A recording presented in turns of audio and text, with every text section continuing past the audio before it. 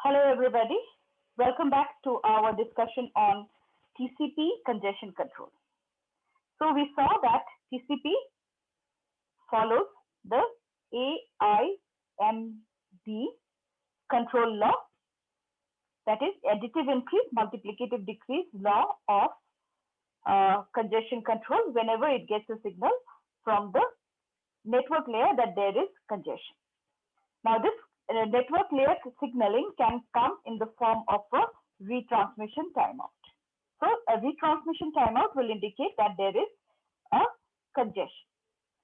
So we have also discussed in the previous video that in congestion control, in order to achieve the best possible rate of transfer between a sender and a receiver, okay, if we use TCP uses a policy called a scheme called the slow start scheme. So the first part, the TCP uses slow start and then it moves to additive increase.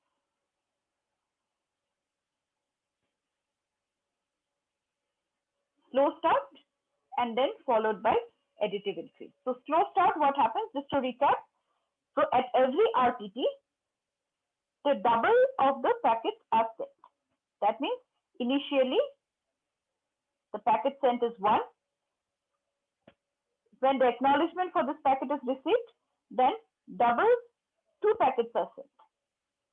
Again, when the next acknowledgement is received, again 2 packets are sent.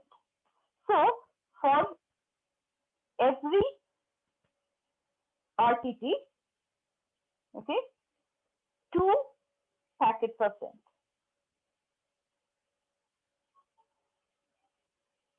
You can also say that for every acknowledgement received, 2 packets are sent. So in the first RTT, the number of packets sent is 1. In the second RTT, number of packets sent is 2. In the third RTT, it is double, so 4. Then after 4, it may go to 8 and so on. If the pipe is full, then no more transmission will take place till the pipe is empty, till the flow control window will be, receiver window will be updated. Now here, since the increase is not additive, it is multiplicative increase. In fact, multiplicative, the increase in the sending rate is multiplicative in nature.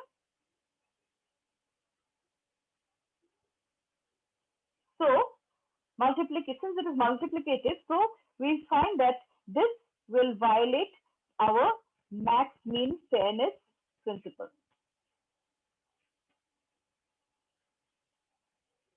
So simply using slow start will not work. Okay. So we have to use something which will bring in the second part, that is additive increase. So what is done is a variable called SS thresh. A threshold value is maintained by the sender for every connection. And initially this is set to the maximum size of the bandwidth delay product. It is set to the BDP. Okay. Now, when you are sending using this, when you send initially when you are starting, you begin with slow start. You increase in this multiplicative manner, but once there is a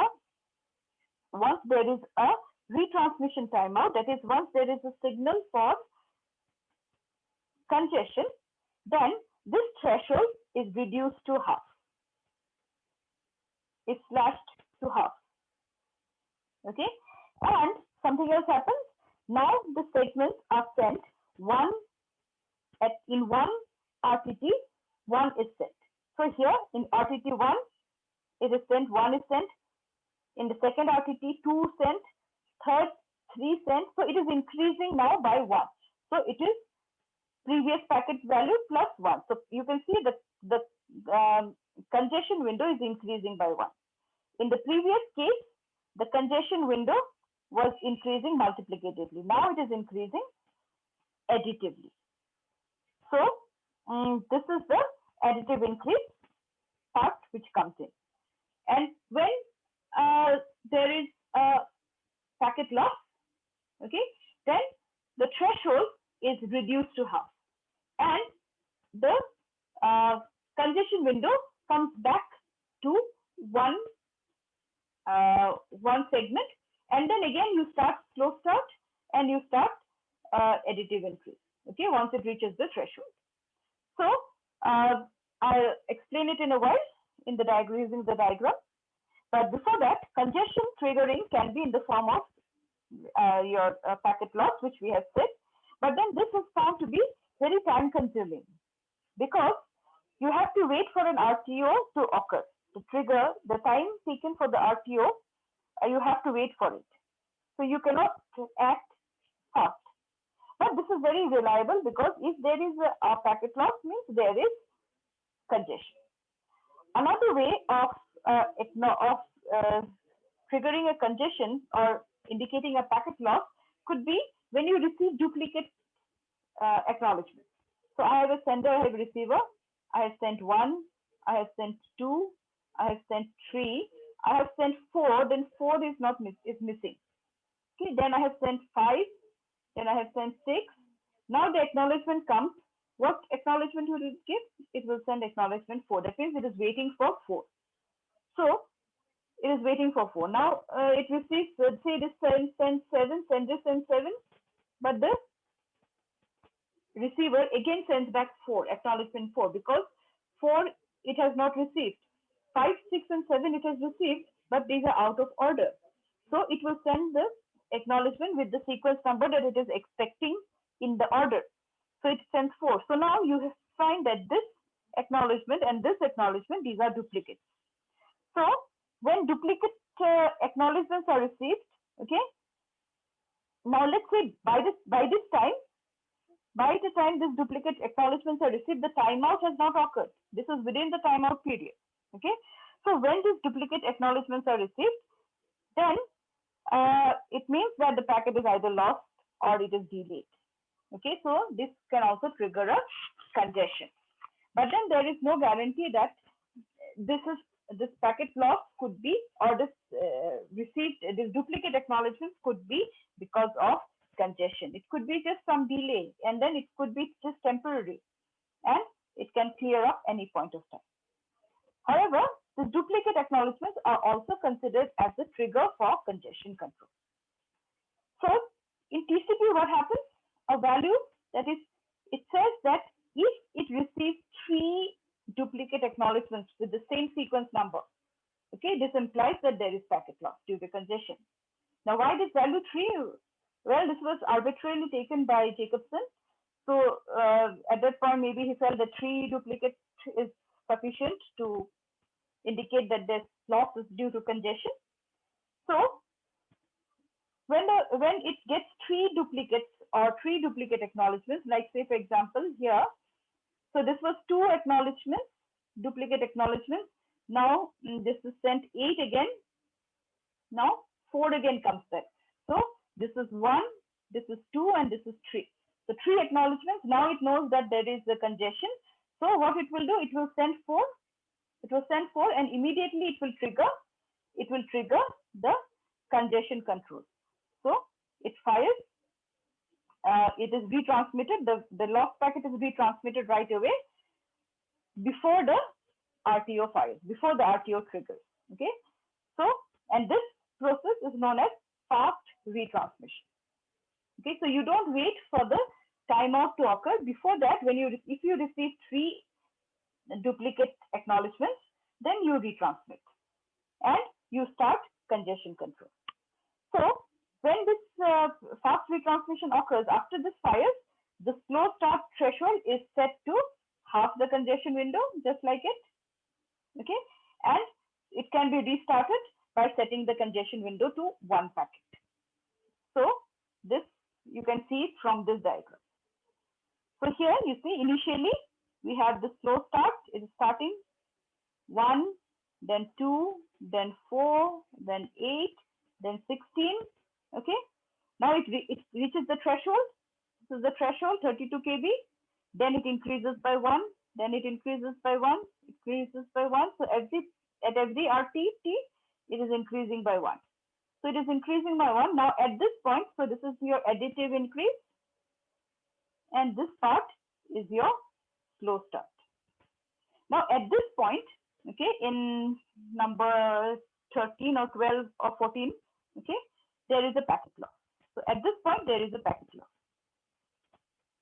So, and this packet loss is triggered by 3 duplicate acknowledgements. So what it will do? It will bring down the congestion window to 1 packet. It will bring it down to 1. Okay, and the threshold, which was 32, it will make it half. It was not 32. It was 32 before, but what was the congestion window? It is the threshold. SS thresh is equal to congestion window half of that. So congestion window when this occurred was 40. When the packet loss occurred, the congestion window was 40.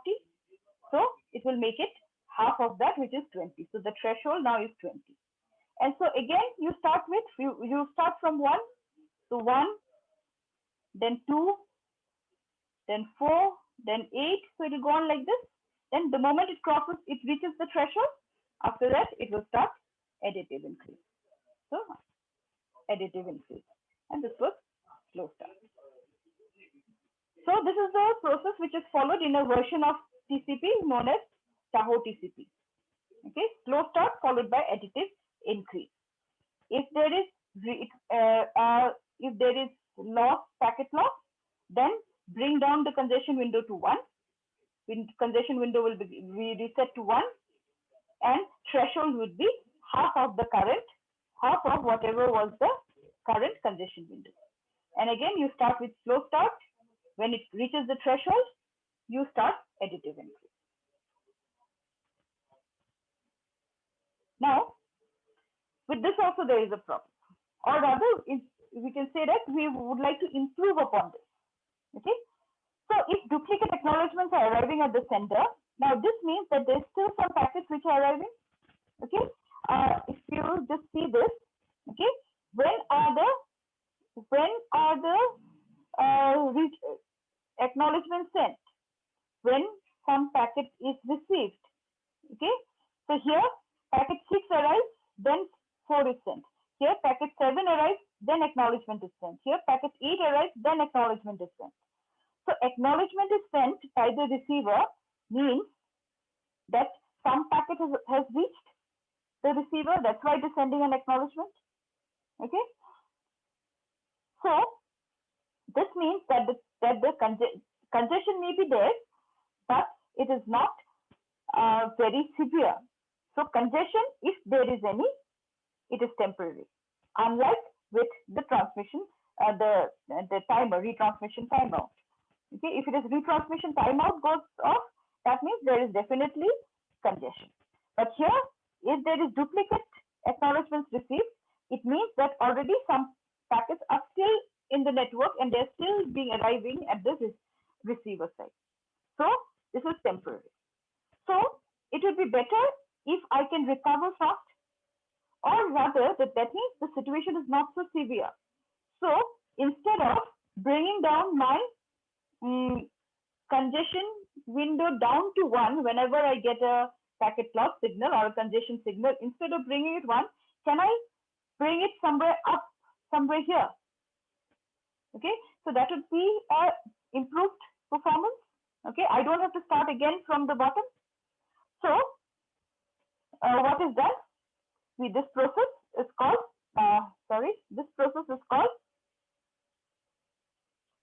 fast recovery. So in fast recovery, what happens? The threshold is reduced to half of the congestion window. Fine, that is the same. And the missing segment, of course, is retransmitted. Okay, and the congestion window now is set to the SS threshold. So instead of bringing the congestion window down to 1, so in the previous one, it was sent to congestion window was set to 1. Now here, congestion window is set to the threshold. So now every time a duplicate arrives, the congestion window is increased by 1 and a new segment is set. Okay, and the moment a new acknowledgement is received, then you come out of this fast recovery. This process is the fast recovery. So every time you get a duplicate acknowledgement, increase the congestion window by 1. So first of all, you are bringing the congestion down, not to the bottom, but you are bringing it to the threshold. And then every time you get a duplicate, then acknowledgement, you increase the window size by 1. Okay, and the moment you receive a new acknowledgement, that means what? That means congestion has been released and the packet has been received, which you have already transmitted. So when the new acknowledgement is received, then you come out of this fast recovery and you follow the normal process.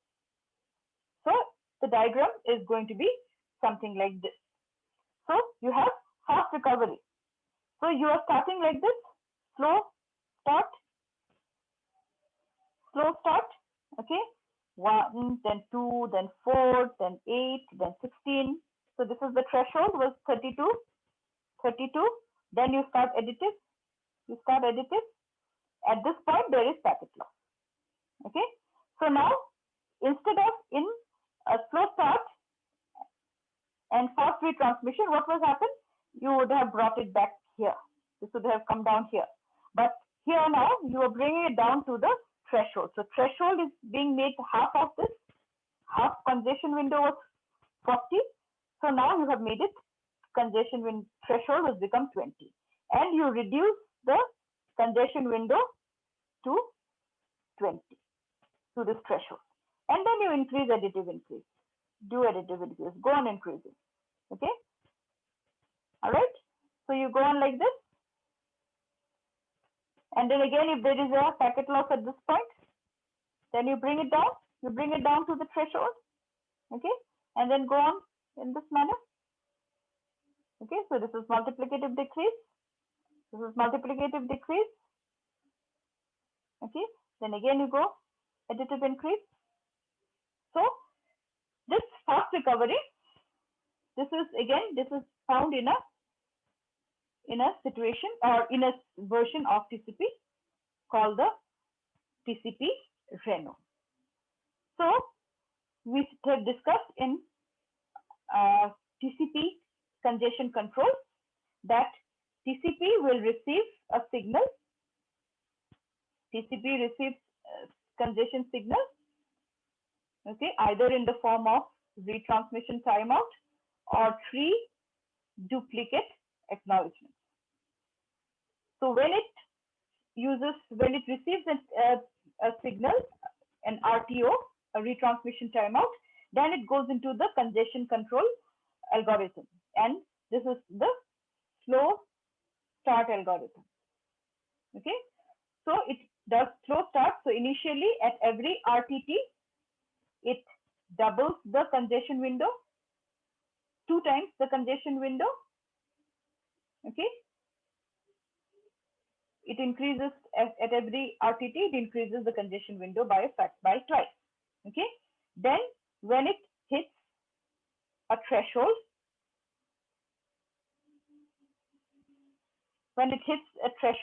then it performs additive increase. That is, at every RTT, it increases by 1. The window size increases by 1. Okay. Now, if you are using 3 duplicate acknowledgements, in that case, you may have something called fast retransmission and fast recovery. Okay. Fast retransmission is used in TCP Tahoe and fast recovery is used in TCP Reno. Okay. So these are the basics of TCP congestion control. So we have tried to give you a basic idea about the various transport layer functions and how they are executed in the TCP protocol. Remember, the TCP protocol is the most widely used transport layer protocol, and today you're in the internet that is working, you'll find it very difficult to find applications where TCP is not used. Okay, so that completes our discussion on transmission control protocol, that is the transport layer protocol, TCP.